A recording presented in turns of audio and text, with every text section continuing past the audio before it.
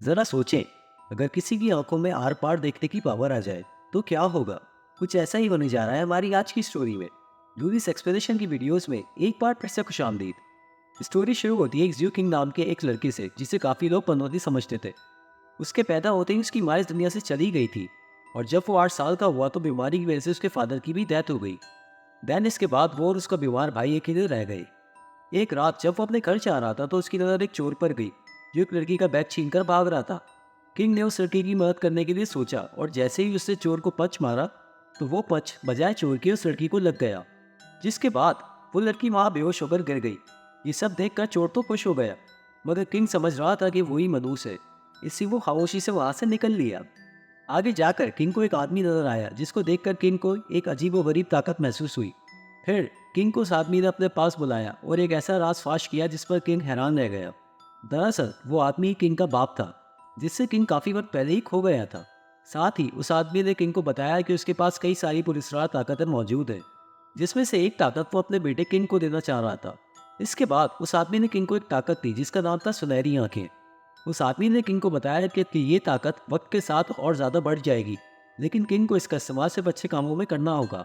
इस ताकत के जिस्म में आते ही किंग वहीं बेहोश हो गया, और जब वो जागा तो सुबह हो चुकी थी और वो सड़क पर ही पड़ा हुआ था। दूसरी तरफ किंग डायनेस्टी के स्टैम्प की नीलामी शुरू होने वाली थी, पर तभी ऑलिव नाम की लड़की ने उस स्टैम्प को एक जाली स्टैम्प से बदल दिया। फिर इसी स्टैम्प को एक बुक में छुपा कर टेबल के नीचे छुपा दिया ताकि वो उसे बाद में ले जा सके। लेकिन उसके वापस आने से पहले ही वो बुक नीचे गिर गई, और एक सफाई करने वाले ने उस बुक को उठाकर डस्टबिन में फेंक दिया।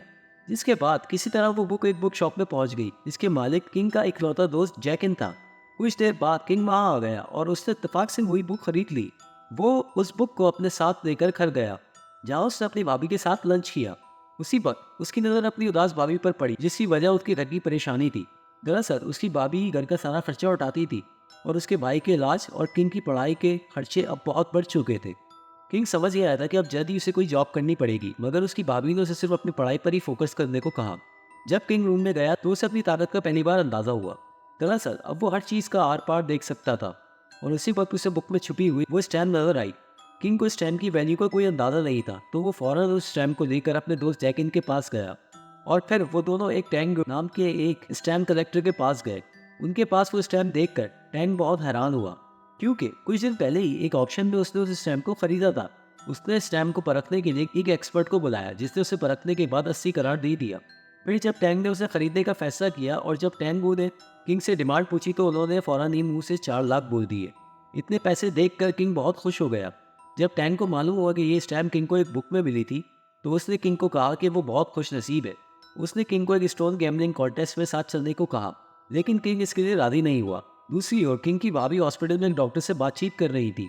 दरअसल किंग के भाई के इलाज के लिए 10 लाख रुपए की जरूरत थी, और इतने पैसे अरेंज करने के लिए उसके पास थोड़ा वक्त था। लेकिन डॉक्टर उन्हें मजीद वक्त देने के लिए राजी नहीं हो रहा था, और उसी वक्त किंग भी वहां आ गया और उसने सारे पैसे डॉक्टर की टेबल पर रख दिए। लेकिन डॉक्टर ने कहा कि अभी भी 6 लाख कम है।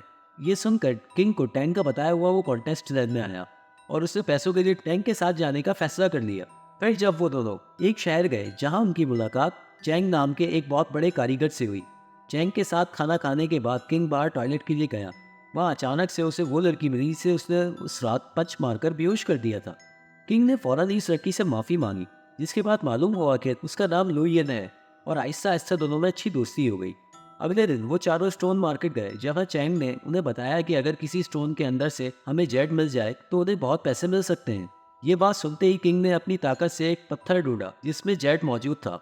फिर वो शैंग जो नाम के एक दुकानदार के पास गए। वहाँ उन्होंने किंग का बताया हुआ पत्थर उठाया, और उस पत्थर को जब काटा गया तो उसमें से एक खास जेड निकला। ये सब देखने के बाद शैंग ने उस पत्थर को बेचने के लिए मना कर दिया। इस बात पर टैंग गुस्से में आ गया और शैंग से बहस छिड़ गई, जिस पर शैंग ने कहा कि इस मसले को सॉल्व करने के लिए एक मुकाबला करना चाहिए।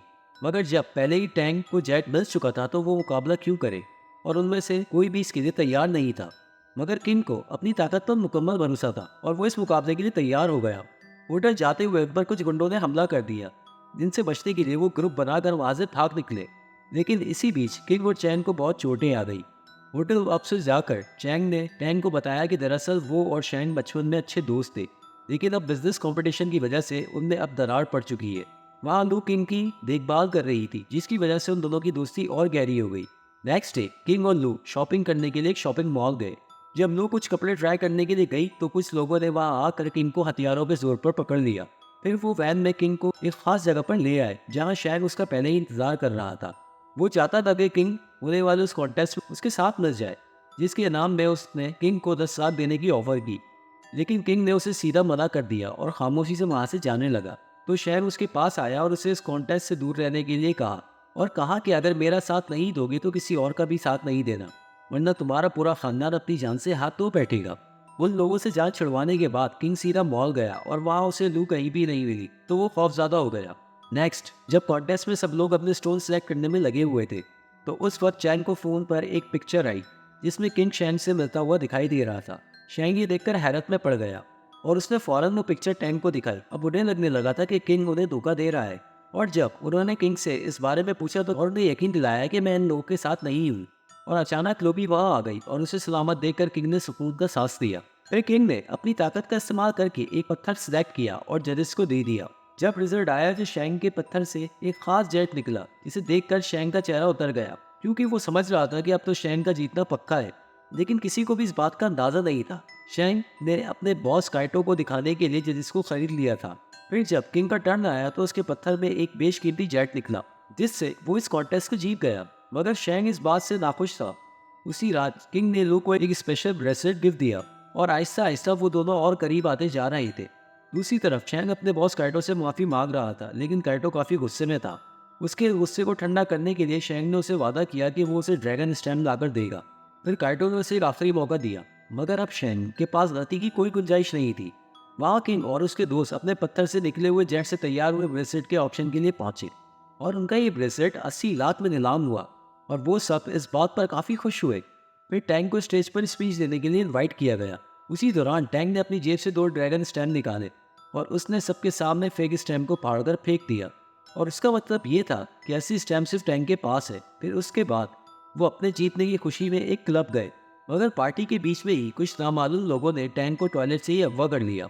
जिसके बाद किंग को एक कॉल आई और ये कॉल किसी और की नहीं बल्कि काइटो ने की थी, जिसने टैंक को आज़ाद करने के बदले में 80 ड्रैगन स्टैम्प मांगा। वहाँ हैक, जो अपनी गलती को सुधारने के लिए काइटो के पास आया, जो शैंग की वजह से हुए अपने नुकसान पर काफी गुस्सा था। मगर काइटो को मारने के लिए शैंग ने उसके सामने एक राज पर पर्दा उठाया। दरअसल ड्रैगन स्टैम्प के ऊपर एक खजाने का नक्शा बना हुआ था और फॉरेनर होने की वजह से टैंग उस खजाने का पता नहीं लगा सकता था।